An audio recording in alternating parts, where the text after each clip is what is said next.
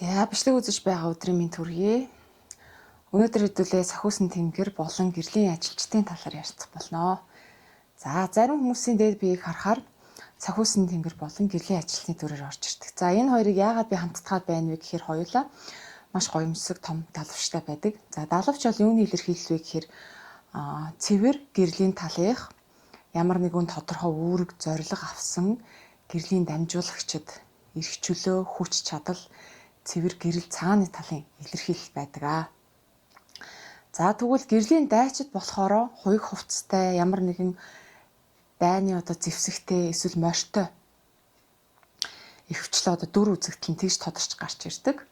За кинон дээрээс зурагнууд дээрээс та бүхэн бас харж ирсэн бах тий.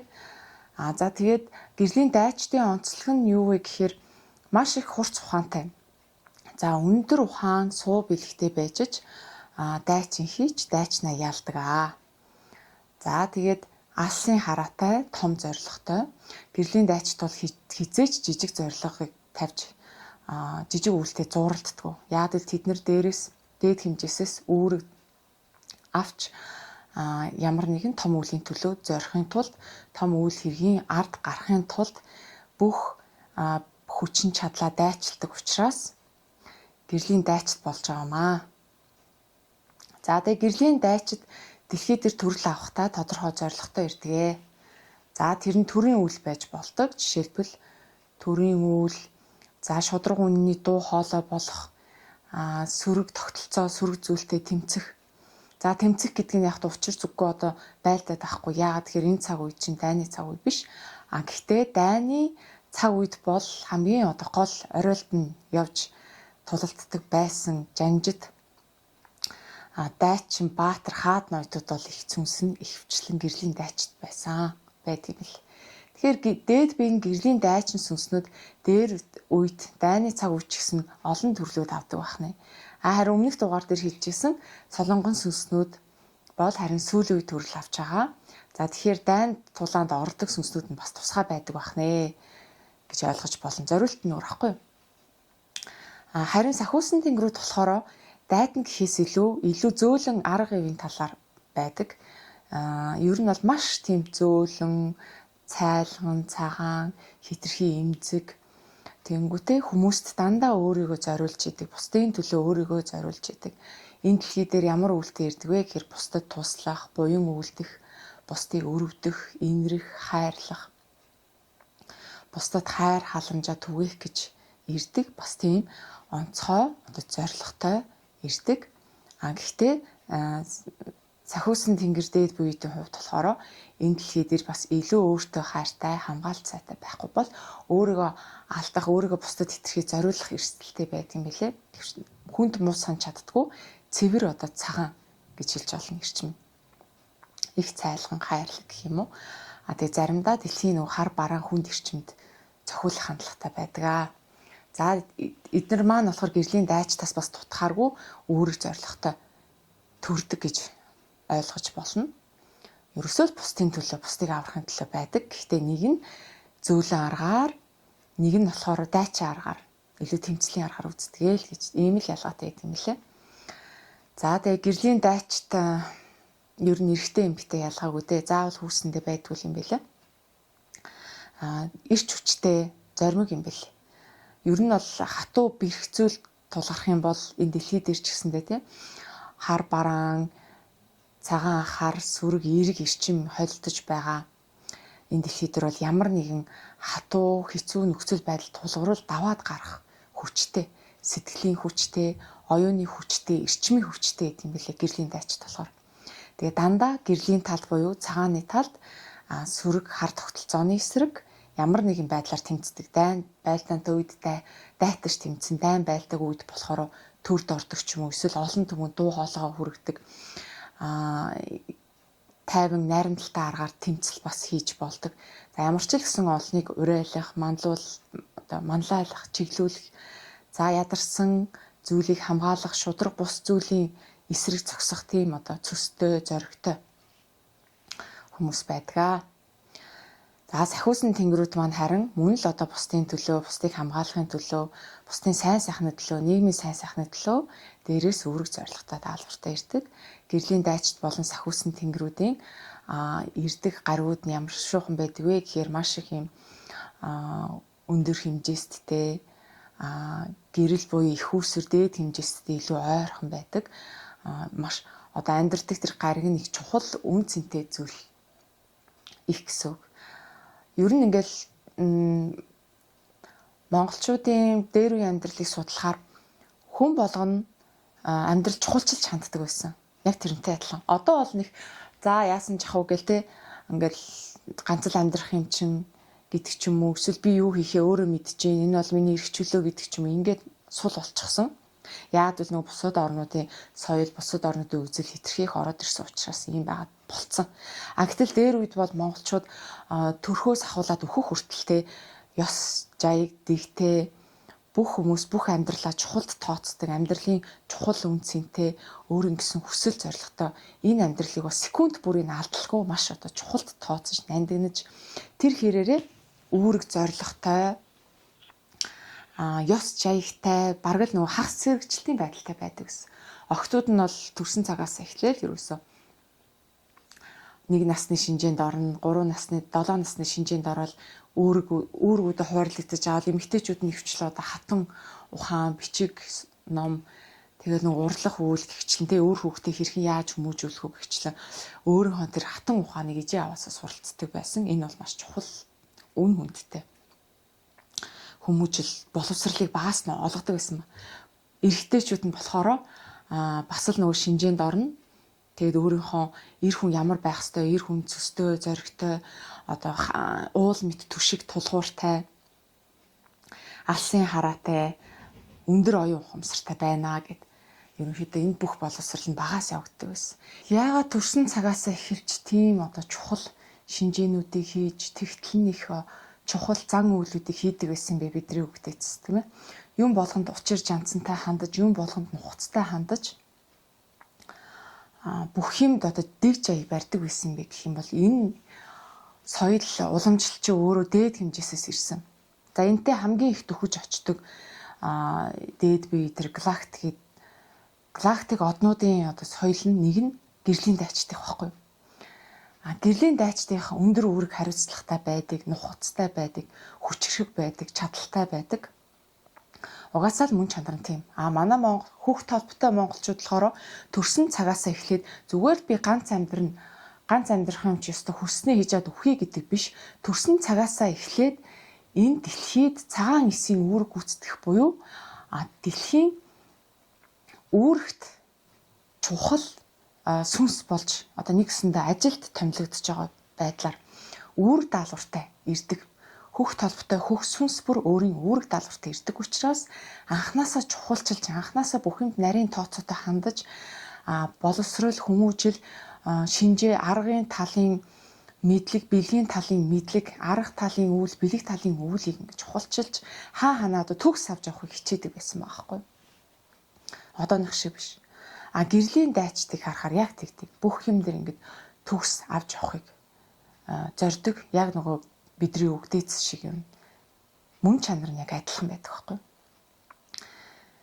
Тэгэхээр энэ цаг үед дайн байлдаангүй цаг үе. Гэхдээ сөрөг эрчим, эерэг эрчим холилдсон буюу хар цагаан холилдсон байгаа учраас гэрлийн дайчдын хүүхд толботнуудын үйл хэрэг нь яг л хуучны адил хിവэр байгаа.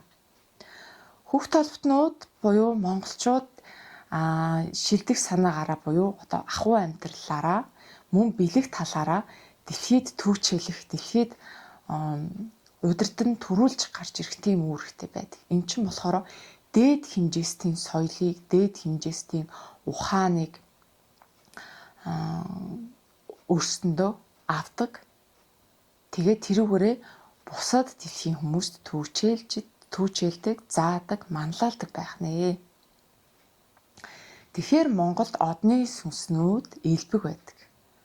Олон байдаг. Өмнөх бичлэгэн дээр ярьжсэн те анх бол би за одны сүнсэд бол цөөхөн байт юм байна. За баг ховор тохиолт гэж бодож исэн. Гэтэл яг ингээд хөх сүнснүүд мэлмидэд ирэхээр ерөөсөө л за одны сүнсүүд, дэлхийн угуул сүнсөө аль нь жиж магадгүй гэсэн байдлаар одоо ховор биш. Аль нь жиж болох юм байна. Одны сүнс ч гэсэн элбэг байдаг учраас. гэсэн байдлаар ингээ хардаг болсон. Гэхдээ дэлхийн маань ч гэсэн нэг одондоо ордог нэг одоо өвөрмөц хэмжээс өвөрмөц гариг ертөнцид ордог байхгүй дэлхийн маань залуу гаригт орно. Тэгэнгүүт одноос ирсэн гэхээрээ бүгд одоо бүр төгсөрцөн мундаглах гэсэн үг биш. Дэлхийх гэхээрээ нэг юм хүннүү үеийн нэг хөгжил нь хоцрогдсон ч гэдэг юм уу. Тийм юм огт байдаггүй маа. Дэлхийн сүнснүүдэд хүртэл гайхамшигтай чадвартай сүнснүүд байдаг. Одноос ирлээгээ тэнцэн олон янзын хэмжээс эерэг болон саармаг бас хар гэсэн мөн чанартай сүнснүүд байдаг учраас одных гэхээрээ бүр дээгүр одоо хитрхи хөгжсөн манай дэлхийгээс мундаг гэж ойлгож болохгүй. Эн чинь өөр ингэсэн онцлогтой байдаг хгүй. Харин манай дэлхийд илүү нөгөө төрөл авдаг, илүү холбоотой галактик гаригууд гэж байдаг. Тэнцэнээсээ соёлуудыг нь авцсан байдаг байхгүй. Жишээлбэл Арктур гаригаас Египтийн соёл, иргэншил Арктур гаригнаас илүү авцсан байдаг хувцас. Тэгэл далд ертөнцтэй харилцаа. За тэгээ тэр тухайн үед ашиглаж байсан шинжлэх ухаан маш гайхамшигтай өндөр технологиуд байдаг. Энэ бол Арктур гаригаас хвчлэн авцсан байдаг. За манай монголчууд болохоор Хөхтөө мэрэгэн одноос буюу Сириус гаригаас гэдэг байгаа. За мөн Арктур гариг бас оролцсон. Арктур, Сириус гариг. Сүүлийн үед тань Плейд гаригаас бол орж ирээд байгаа. Плейд гаригаас бол Америк нэг хуучин уугуул Америк биш үү? Яг нөгөө дараагийн нөгөө Америкчууд цаашнуудыг гарч ирсэн шүү дээ. Тэдний соёл нь одоо жишээлбэл дуу хуур хэрэгж байгаа хөгжим зэмсэг өмсөж байгаа хувцас даашинз бие биентэйгээ харьцах соёл нь хөвчлэн плейт гаригаас буудгаж ирсэн. Жишээ нь одоо ингээд олон янзын одоо галактикуудаас дээр үед ирж төрөл авч явахдаа энэ соёл иргэншил хувцас дуу хуур одоо юу гэдгийг бие биентэйгээ харьцах харьцаа үг хэллэг зан заншил гэдэг олон зүйлийг дэлхийд ингээ гаршуулж ирсэн байхгүй. За тэгвэл тэр буддын суурьтайгээ тийм ээ дорны хэв шинжтэй тэр дорны хэв шинжийн нэг юм хувцас, дээл, соёл нь ерөнхийдөө нэг ойролцоо байгаад байдаг. Тэр чинь хүртэл өөр нэг хэмжээс галактик одноос бууж ирсэн. За тухайн үед тэгээ ямар галактик одноос төлөх үү? Одоо нэг шиг тийм өргөн байгаагүй. Төлөх үү? Энд төрөл авчихсан тэд нар л ерөөсөө өөрийнхөө тэр соёл юмнуудыг шингээж гисэн байхгүй. Тэгэл сүүлийн үед дайнд ажингүй болоод илүү хүн ам нь өсөөд илүү дэлхийн амьдрал сонирхолтой болоод ялангуяа нөгөө дараагийн шилжилтийн ирэх гэсэн чинь одноос маш их өөр одоо хизээш өмнө ирж байгаагүй тэр галактик одноос олон сүнснүүд ирж төрөл авдаг болж байгаа сүүлийн үед. Энэ болохоор нэгдүгээр дэлхийн шилжилтийн үеийн рүү орж ийн, хоёрдугаар дэлхийн маань маш сонирхолтой цаг үе дээр байгаа учраас дайнд ажингүй инх амгалан болсон учраас энд одоо төрөл авах сонирхолтой сүнснүүдийн хүсэл нь биелж төрөл авч байгаамаа. Тэгэхээр манай дэлхий дээр бол төрөл авах амьдрах бол бас тийм одны сүнс болгонд холдоод байдаггүй. Энд бол одоо гэрээ хийгээд одоо айл удаан төрхөө эмчээ төрийг гээд ингээд дугаарлаад ингээд баг очрлоод байждаг. Тэгэхээр бид нэр энэ дэлхий дээр амьдарч байгаа нь яг энэ цаг үед амьдарч байгаа бас нэг азтай гэж хэлж болно. Яад үл дэлхийн маань үнэхээр сонирхолтой, үнэхээр өөрийгөө хөгжүүлж болох, сорж болох үз адал явдалтай олон янзын мэдрэмжүүд, олон янзын соёл иргэншлүүд хар, саарл, цагаан гэсэн ирчмүүд холдсон байдаг учраас маш гоё сонирхолтой, амттай тийм одоо хэмжээст гараг шүү дээ. Тэгэхээр бид нар азтай байна. За сахиусан тэнгэрүүд одоо харсан, даасан тэнгэрүүд гэж ярьдаг та манай монголчууд. За бусад орныхоор бол сахиусан тэнгэрүүд гэж цагаан далавчтай бууж ирдэг. Ерөөсөө тэд нар чинь цагаан далавчтай бууж ирээл хүмүүст туслаад хүмүүсийг ивээгээл дээрээс ингээл гоё амьдралд нь гэрэлгээ оруулаад амьдралын засаал нэг гоё ингээ бурхан шиг гэрэл цоцруулж бууж ирээл туслаад идэг штеп. Ер нь яг л тийм юм бэл өөрийнх нь мөн чанар нь дээд бие. Тэгээд энэ сахиусан одоо тэнгэрүүд шиг мөн чанартай дээд биеэс ийшээ одоо хөгсөмсөө илгээж гэсэн үг штеп. Өөрийнхөө нэг хэсгийг илгээж хүний төрөл ахуулахад бол яг л өөрийн сахиусан тэнгэрийнхаа мөн чанараар байдаг. Дээрээс нь бас өөрийнхөө дээд бие сүнсийг одоо хөгжүүлэх гэж төрөл авдаг байна.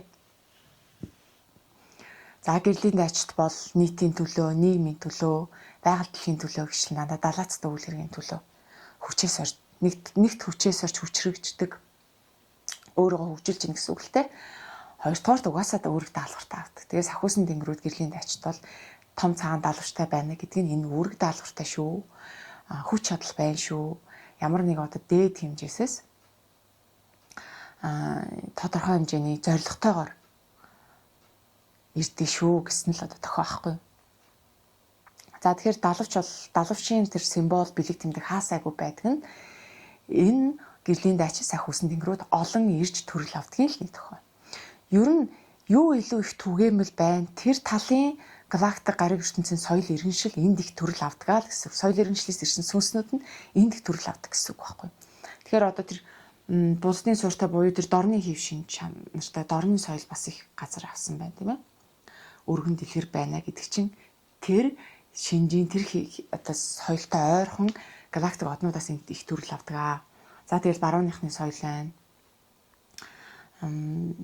Нөгөө нэг барууных гэрлийн дайчин сахиусан тэнгэр гэл далавчтайгаар дүрслэгддэг. Манай монголчуудын их болохоор хөвчлэн одоо юм хөх хөвгтүүд гэж ярьдаг тийм ээ. Хөх хөвгтүүд бас өөр галактик одноос ирсэн байдаг. За ингээд илүү нөгөө дээлтэйгээ Монгол дээлтэйгээ маш одоо сүрлэг хувцастайгаа ч юм уу үзэгддэг. Тэгээ өөрийнхөө одоо соёл иргэншил дүр төрхөөр онцлог мөн чанараар одоо мэлмэдэлтэнд орж ирж тойлдогддог байх нэ.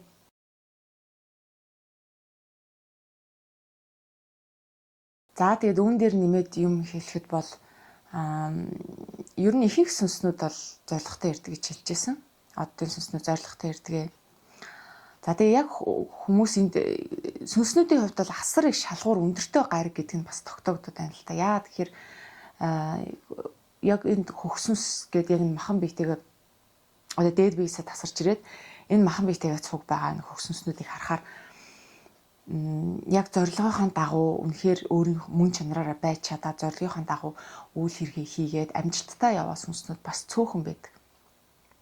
Яагаад тэгэхээр анханасаа ирээл цэцэрлэг сургуул тэгэл энэ эмнэлгийн тогтолцоо гээл вакцин эднэр гээл ерөөсөө энэ сүнсний одоо зүнг унтраах яах гэж ирсэн хинбэ гэдгийг мартуулах маш олон зүйлийг энэ дэлхий дээр хийдэг. Энэ бол асар хүнд шалгуур ахгүй.